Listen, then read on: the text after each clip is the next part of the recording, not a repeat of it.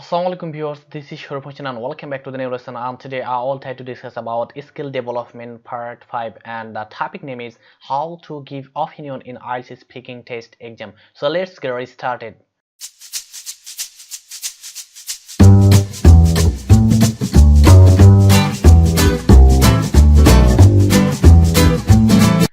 তো ভিউয়ার্স, আমি আপনাদের বলেছিলাম স্কিল ডেভেলপমেন্টের উপরে যে ভিডিওগুলো তার উপর আমি 7টা পার্ট দিতে চেয়েছিলাম। তো আজকে আমি পার্ট 5 নিয়ে আলোচনা করব। তো আজকে যে বিষয়টা হচ্ছে, যখন আপনি কোনো একটা বিষয়ে মতামত দিতে চাবেন তো তখন আপনি কিভাবে শুরু করবেন। যেমন আমরা বাংলাতে যখন বলি যে আমি মনে করি আমার মতে এইটা হবে, এরকম আমরা যখন বাংলাতে বলি মানে এটা বাংলাতে শুরু করলাম। বাট যখন আপনি ইংলিশে কোনো মতামত দিতে চাবেন তখন আপনার স্টার্টিংটা কিরকম হবে, তো আজকে আমি সেই বিষয়টি নিয়ে আলোচনা করব। তো দেখুন, আমি বারবার একটি কথা বলি, মাঝে মধ্যেই বলি। তো আমি সবসময় বলতেছি যে আইএলটিএস স্পিকিং টেস্টের জন্য, আমি যেগুলো সব বলতেছি সব আইএলটিএস স্পিকিং টেস্টের জন্য মূলত আমি মেনশন করি। বাট এগুলো শুধুমাত্র আইএলটিএস স্পিকিং টেস্টের জন্য না। যদি আপনারা এগুলো দেখেন তাহলে ভালোভাবে বুঝতে পারবেন। তো দেখুন, আজকে যে এক্সপ্রেশনগুলো নিয়ে আমি আলোচনা করব সেগুলো আপনি বিসিএস ভাইবার ক্ষেত্রে এক্সপ্রেশনগুলো ইউজ করতে পারবেন। মানে যে কোনো ভাইবা, শুধুমাত্র বিসিএস ভাইবা না। অথবা একটা কনফারেন্স হচ্ছে, সেখানে আপনি একটা বিষয়ে মতামত দিতে চাচ্ছেন, তখন আপনি এভাবে শুরু করতে পারেন। মানে আমি যেই এক্সপ্রেশনগুলো নিয়ে আলোচনা করব সেগুলো।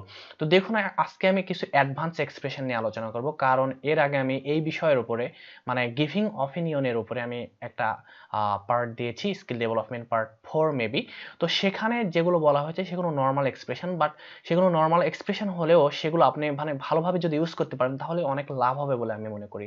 তো এখানে দেখুন, আজকে যে এক্সপ্রেশনগুলো নিয়ে আলোচনা করব সেগুলো, মনে করুন যখন আমরা বলি বাংলাতে যখন মতামত দিতে চাই তখন আমি বলি আমি নিশ্চিত এইটাই হবে, এইভাবে আমরা বলি। তো তখন আমরা সেটা বাংলাতে বললাম। বাট যখন আপনি ইংলিশে বলবেন তখন কিভাবে বলবেন। তো দেখুন, আমি এখানে কিছু এক্সপ্রেশন লিখেছি। তার মধ্যে ফার্স্ট এক্সপ্রেশন যেটা, সেটা দেখুন যে I am utterly convinced that, মানে আমি পুরোপুরি নিশ্চিত যে। তো এইভাবে আপনি শুরু করতে পারেন। তো দেখুন, এভাবে শুরু করার পর এখানে যে গ্যাপ রেখেছি সেখানে আপনি কি ইউজ করবেন, এখানে আপনি ইউজ করবেন আপনি যেই মতামতটা চিন্তা করেছেন সেই মতামতটা এখানে দেওয়ার জন্য চেষ্টা করবেন। তো দেখুন, আমি কিছু এক্সপ্রেশন লিখেছি এখানে, মানে সেন্টেন্স লিখেছি এক্সপ্রেশনের পরে, যে I am utterly convinced that the government should do more to help the unemployed। মানে আমার মনে হয়, মানে এখানে যেটা লিখেছি যে আমি পুরোপুরি নিশ্চিত, এখানে এই এক্সপ্রেশনটার মিনিংটা এভাবে না বলে, মানে যদিও এটার পুরো মিনিংটা ওইরকম যে আমার আমার মনে হয়, এটাও বলতে পারেন। তো সেখানে কিভাবে বলবেন যে এটা বলতে পারেন যে আমার মনে হয় অথবা আমার নিশ্চিত যে গভর্নমেন্টের কি করা উচিত, কিছু পদক্ষেপ গ্রহণ করা উচিত, মানে আনএমপ্লয়েডদের জন্য। মানে এখানে বলা হয়েছে the government should do more to help the unemployed, মানে গভর্নমেন্টের উচিত বেকারদের জন্য আরো কিছু করা, এইটা মূলত বোঝানো হচ্ছে। তো সেকেন্ড এক্সপ্রেশন দেখুন, এটা গেল ফার্স্ট এক্সপ্রেশন, আপনি ওইভাবে শুরু করতে পারেন। আমি এখানে যে 4টা এক্সপ্রেশন লিখেছি, আপনারা এই 4টা এক্সপ্রেশনের মধ্যে যে কোনো একটা অথবা 2টা মুখস্থ করুন, মুখস্থ করে এগুলো অ্যাপ্লাই করার জন্য চেষ্টা করুন, তাহলেই হবে। তো এখানে দেখুন যে 2 নম্বর এক্সপ্রেশনটা লিখেছি সেটা হচ্ছে যে I am of the opinion that, এভাবে শুরু করতে পারেন। মানে এভাবে শুরু করলেও হবে আর কি। তো এখানে যেটা আমি লিখেছি সেটা দেখুন যে I am of the opinion that student have to know about computer properly.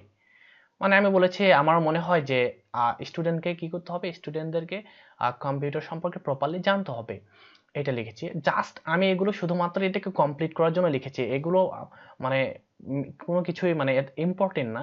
Just আমি আপনাদের মূল বিষয়টা বলতে চাচ্ছি যে আপনি যখন কোনো বিষয়ে মতামত দিবেন তখন আপনি কিভাবে শুরু করবেন এই বিষয়টা। তো থার্ড এক্সপ্রেশন যেটা দেখুন, যে এখানে লেখা আছে যে from my point of view as a student, এইভাবে শুরু করতে পারেন। মানে কি, মানে ছাত্র হিসেবে আমার দৃষ্টিকোণ থেকে মনে হয়, এইটা এর মিনিং।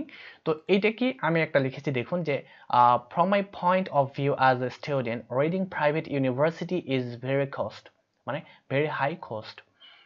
তো এটা খুব সিম্পল যেটা বলতে চাচ্ছি। তো আপনাদের মূল বিষয়টা হবে সেটা হচ্ছে যে এই এক্সপ্রেশনগুলো মুখস্থ করা। আহ, আশা করি বুঝতে পেরেছেন।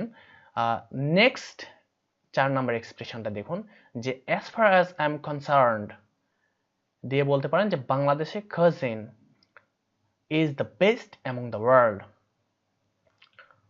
তো ভিউয়ার্স, আশা করি বুঝতে পেরেছেন। আর এখানে বলে নিই, এই যে এইটার মিনিং হচ্ছে রন্ধন প্রণালী।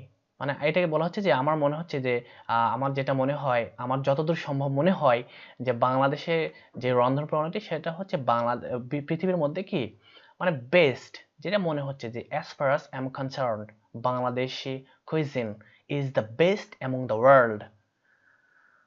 তো ভিউয়ার্স, আশা করি আপনারা বুঝতে পেরেছেন। আর আমার এই ভিডিওটা যদি ভালো লেগে থাকে তাহলে প্লিজ আমার চ্যানেলটাকে সাবস্ক্রাইব করুন, আর এরকম আরো অনেক ভিডিও পাওয়ার জন্য বেল আইকনে ক্লিক করে রাখুন। So thank you so much for watching this video.